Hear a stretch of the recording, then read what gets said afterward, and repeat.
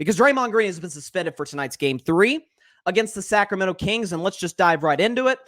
If you haven't seen the video because you are living under a rock, that's okay. We've got it right here. So here's the play.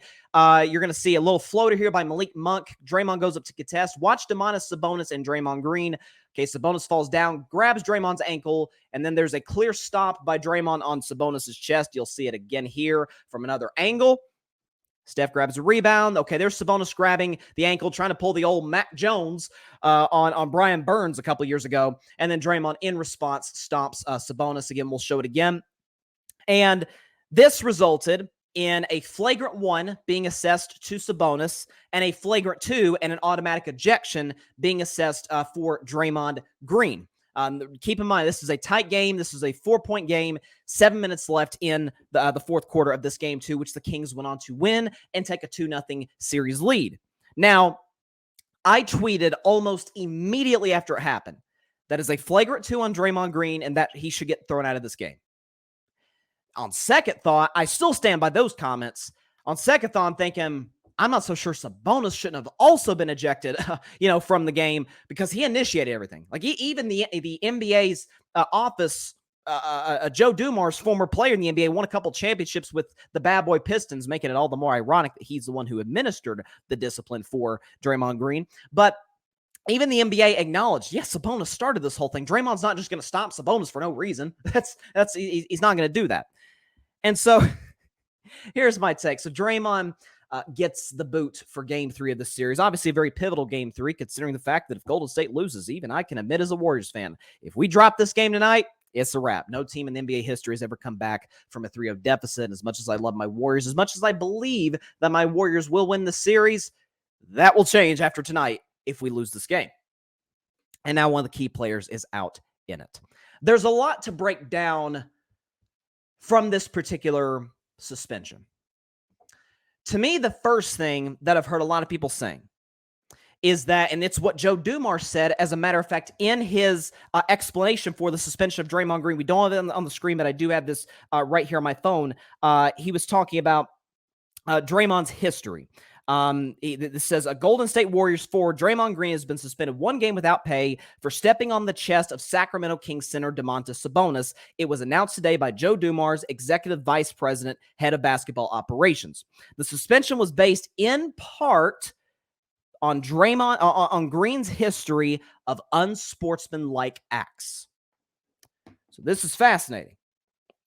So it is undeniable that Draymond pushes the envelope. He's made a career out of it. He's in his 11th year in the NBA.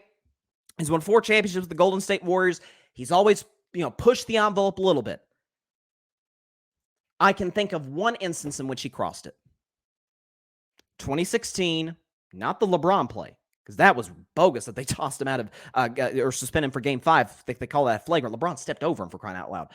It's the kick to Steven Adams' groin in, I think it was Game 3 of the Western Conference Finals in 2016. We all know Draymond turned into a rocket on that play, totally unprovoked, and kicked Steven Adams in the one area where a man does not want to be kicked.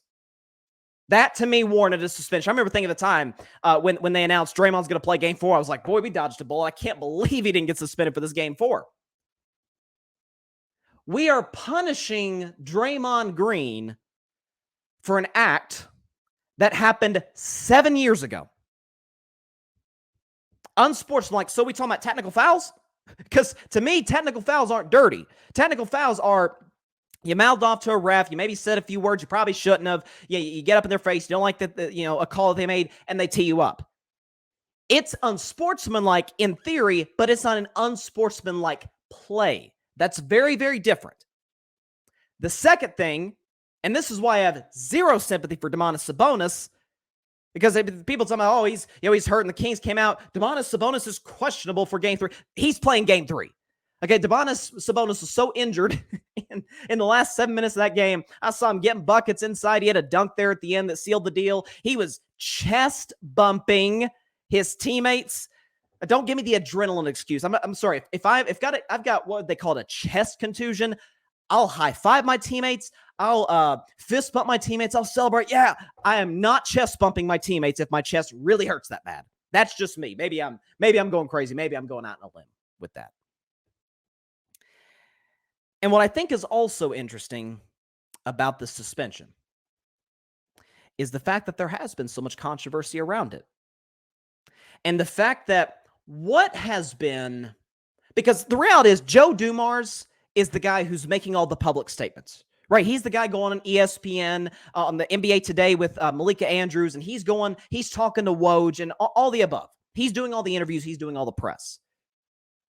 I'm not saying he didn't make the final decision, but I'm also not saying Adam Silver didn't have any input on this. Of course, Adam Silver was at the game. He saw Draymond Green step on Domantas Sabonis, get the flagrant 2. In the process of the officials reviewing the flagrant 2, he's, quote-unquote, inciting the crowd, right? And again, Adam Silver is in the stands in Sacramento at the Golden One Center watching this all play out.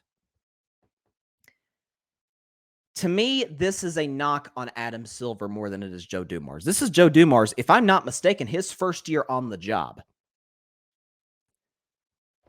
Here's why I think Adam Silver had more of a part to play in this than some might think. What has been the number one criticism of Commissioner Silver? I don't want to say since he came into the NBA, because his first real big act in the NBA as the commissioner was like 2 months in when he banned Donald Sterling for life from the NBA. And that was like, wow, this guy, this new commish replacing the late, great David Stern. Wow, he's got guts to do that. And obviously it was the right decision. But he stepped in. He said, you're done. You are banned for life from the NBA. You are forced to sell the Los Angeles Clippers for, obviously, the incredibly racist comments made in that video. But what has been over the last few years when you talk about load management, when you talk about, some players switching teams, which I don't have a huge issue with as much as some might, it's that the biggest criticism of the commissioner is he's too soft on the players. He's too player friendly. He caves into the players too much. He lets too many things slide, almost like a substitute teacher, if you will. This was Adam Silver's opportunity to put his foot down and say, no, I am still the commissioner. I'm still, everything goes through me. And Draymond Green is going to be the guy I make an example out of. I mean, is there really a player that would better suit this mold for the commissioner? A guy who is outspoken. Obviously, we know about the podcast, which, by the way, is doing very, very well right now. I saw it was nominated for some podcast award. Hats off, Draymond. But outspoken player, obviously, is almost always is either leading the league in technical fouls or in the top 5. We understand he's incredibly physical, particularly on the defensive end of the floor. Catalyst for the greatest dynasty since the 90s Bulls.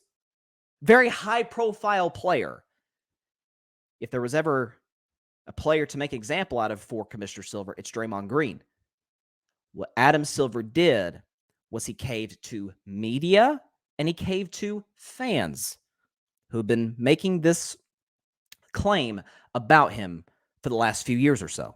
Oh, he's too soft on the players. He's like, no, I'm not. I'm going to suspend Draymond Green. I'm going to take him out of a pivotal game in the first round of the playoffs. That's what I think is comical about this entire situation. And notice, too, I'm seeing a lot of, is Draymond more worth? Should the Warriors move on? Should it be the Warriors' decision, essentially, to move on from Draymond Green after the season is over? Has he become more trouble than he's worth? It's funny, I see Bob Myers speaking out in favor of Draymond Green. I've seen Steve Kerr speak out in favor of Draymond Green. I saw immediately after the game, Steph Curry, Klay Thompson speak in favor of Draymond Green. A report came from, I think it was Ramona Shelburne of ESPN, that the Warriors are livid. The players, the organization, everybody are livid that Draymond was suspended for this pivotal game 3. I